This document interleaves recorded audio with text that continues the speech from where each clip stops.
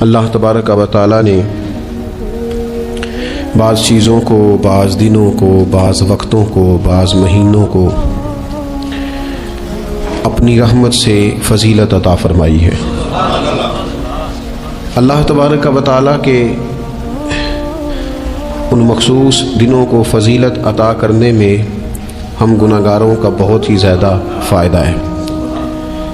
جب کچھ چیزیں فضیلت مآب ہو جاتی ہیں، ان کی عظمت بڑھ جاتی ہے، تو اللہ کے بندوں کو کم وقت میں زیادہ نفع کمانے کا موقع نصیب آتا ہے۔ نبی اکرم نور مجسم شفیع معظم صلی اللہ تعالیٰ علیہ وسلم کی امت کو اللہ تعالیٰ نے بہت ساری ایسی چیزیں اپنی رحمت سے دی ہیں کہ جن میں عمل تھوڑا ہے، اجر زیادہ ہے۔ اس کا نتیجہ یہ نکلتا ہے کہ انسان تھوڑے وقت میں، تھوڑے ٹائم میں، تھوڑی مصروفیت میں اپنے رب کریم کے بارگاہ سے زیادہ اجر کا مستحق ہو جاتا ہے۔ انہی مقدس، معتبر، معنی خیز ایام میں ایک بڑی فضیلت، زیادہ عظمت والا مہینہ ماہ رمضان المبارک ہے۔ قرآن مجید نے صراحت کے ساتھ اس ماہ مقدس کا نام لیا ہے۔ کیا معنی ہے؟ کہ یہ وہ مقدس مہینہ ہے جس کا میرے رب کریم نے نام لیا ہے، اللہ نے نام لیا ہے۔ شہر رمضان الذی انزل فیہ القرآن، فرمایا رمضان کا وہ مقدس مہینہ ہے جس میں اللہ نے قرآن نازل فرمایا ہے۔ اس ماہ نور، ماہ سرور کا نام نامی اللہ تعالیٰ نے قرآن مجید کے اندر ذکر فرمایا۔ حضرت سلمان فارسی رضی اللہ تعالیٰ عنہ ارشاد فرماتے ہیں کہ شعبان المعظم کا آخری دن تھا، اگلے دن رمضان شروع ہونے والا تھا کہ رسول پاک علیہ السلام نے ہمیں رمضان کی فضیلت پر خطبہ ارشاد فرمایا۔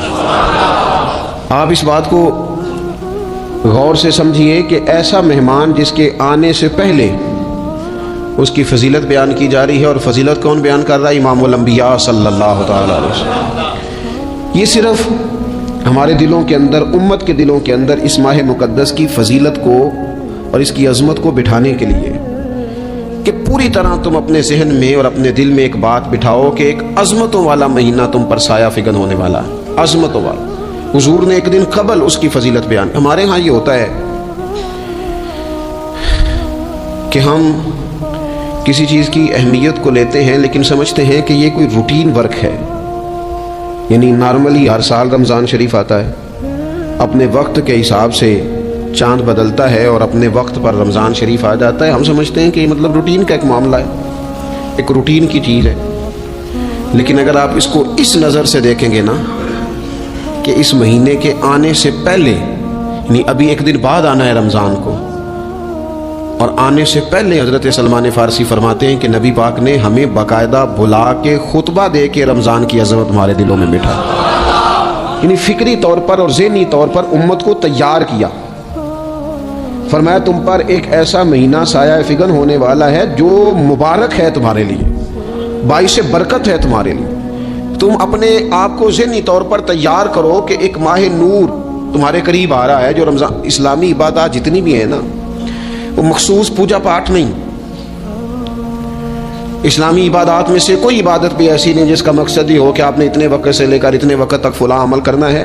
جتنی بھی عبادات ہیں اسلامی، وہ اپنے دامن میں کوئی نتیجہ رکھتی ہیں، کوئی رزلٹ رکھتی ہیں، اس کے ثمرات انسانی زندگی پر مرتب ہوتے ہیں۔ انسان کو تزکیہ نصیب ہوتا ہے، اس کے باطن کو صفائی نصیب ہوتی ہے، اسے خیر کرنے کا موقع ملتا ہے، تربیت کے بہت سارے مواقع اس میں پائے جاتے ہیں، بہت سارے اسرار و رموز کے ساتھ اسلامی عبادات ہیں۔ یہ جو رمضان المبارک ہے نا، یہ جو روزہ ہے، یہ روزہ اپنے دامن کے اندر تربیت رکھتا ہے، تربیت۔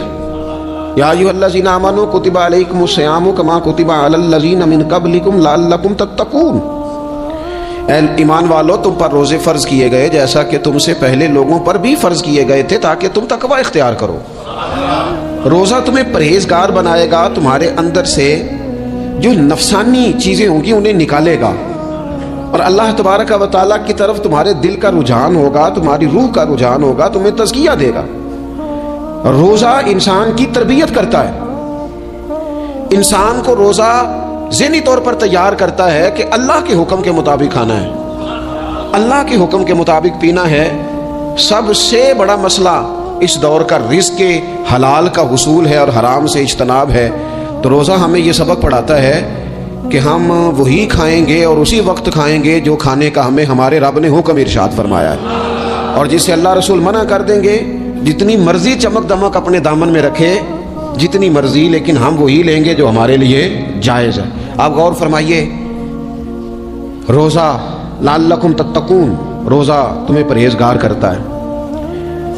بہت سارے لوگ ایک بات کرتے ہیں کہ عادتیں نہیں بدلی جاتی. یار کوشش کرتا ہوں لیکن میری عادت نہیں تبدیل ہوتی.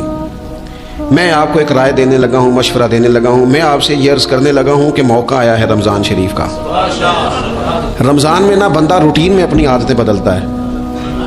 کسی کو سویرے 7 بجے کھانے کی عادت ہے، کسی کو 9 بجے کھانے کی عادت ہے، کوئی صبح ناشتہ نہیں کرتا، دوپہر میں ہی کھاتا ہے. لیکن رمضان آیا تو عادت بدل گئی. 7 بجے والا بھی نہیں کھا رہا، 9 بجے والا بھی نہیں کھا رہا، دوپہر والا بھی نہیں کھا رہا، سارے سحری میں کھا رہے ہیں.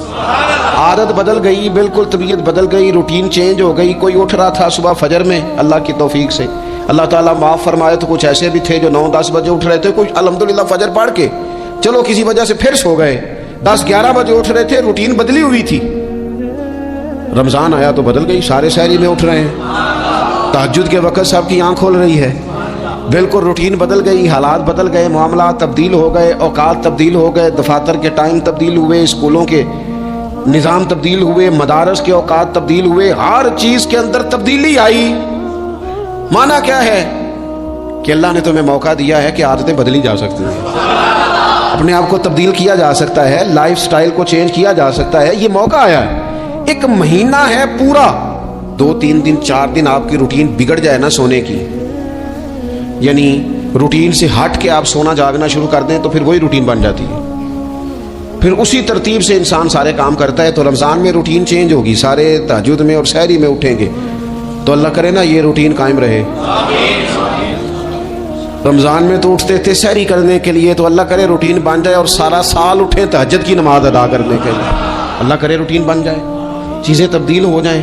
وہ لوگ جن کو ڈاکٹر کہہ رہے تھے کہ دوائی بھی کھانی ہے اور پرہیز بھی کرنا ہے، تو وہ کہہ رہے تھے جی دوائی کھانا تو آسان ہے، پرہیز کرنا مشکل ہے. تو بدلنے لگی ہے نا روٹین، آ گیا نا رمضان، پرہیز کا ٹائم شروع ہو گیا. لہذا بہترین فائدہ یہ ہوگا کہ رمضان میں پرہیز ہوگی. ڈائٹ پلان بالکل بنایا جا سکتا ہے، اس میں چیزوں کو بالکل مرتب کیا جا سکتا ہے. تو رمضان شریف کے آنے سے پہلے ذہنی طور پر اپنی عادات کی تبدیلی کا پروگرام بنائیں. عادتیں بدل جایا کرتی ہیں. رسول کریم دنیا میں آئے وَيُزَكِّيكُمْ، حضور تزکیہ کرنے تو آئے ہیں، عادتیں بدلنے تو تشریف لائے ہیں. نبی پاک نے صفائی ستھرائی کر دی، ساری ناپاک چیزوں کو نکال دیا. تو روٹین دیکھیں کہ رمضان میں تقوی کے حصول کے لیے اپنی عادات کو تبدیل کرنا ہے، اور اس کے لیے ذہنی طور پر اپنے آپ کو تیار کریں. وہ جو کہتے ہیں بچے سویرے نہیں اٹھتے، وہ روٹین بنا لیں. یہ موقع آیا ہے، ابھی سے ارادہ کر لیں کہ جناب ہم نے اس ترتیب سے اپنے گھر کو، ماحول کو، بچوں کو اس ترتیب سے ہم نے مرتب کرنا ہے چیزوں کو. یہ آپ ارادہ کریں، اللہ تعالیٰ مدد فرمائے گا. رمضان المبارک کی جو خاص فضیلت ہے، اس خاص فضیلت کو رمضان آنے سے پہلے ذہن میں بٹھا لیں، اور رمضان المبارک پورے کا پورا اس ذوق سے گزاریں کہ ذہن میں بات موجود ہو، ذہن میں کہ دراصل رمضان کیا ہے. اللہ کے پیارے رسول صلی اللہ تعالی علیہ وسلم نے فرمایا، اے لوگو تم پر ایک عظیم المرتبت مہینہ سایہ فکن ہو رہا ہے. حضور فرماتے ہیں شہر مبارک، فرمایا یہ بڑا برکت والا مہینہ ہے، یہ برکتیں لے کے آیا ہے، یہ رحمتیں لے کے آیا ہے، یہ اپنے ساتھ عنایات لے کے آیا. اور نبی اکرم صلی اللہ تعالی علیہ وآلہ وسلم نے فرمایا جو بندہ بھی قرب الہی کی نیت سے رمضان میں نیکی کا طلبگار ہوگا، فرمایا وہ اگر نفل نیکی کرے گا نا تو اللہ تعالیٰ اسے فرض کے برابر ثواب عطا فرمائے گا. اور حضور علیہ الصلوۃ والسلام فرماتے ہیں جو اس مہینے میں ایک فرض ادا کرے گا اللہ 70 فرضوں کے برابر اجر عطا کرے گا.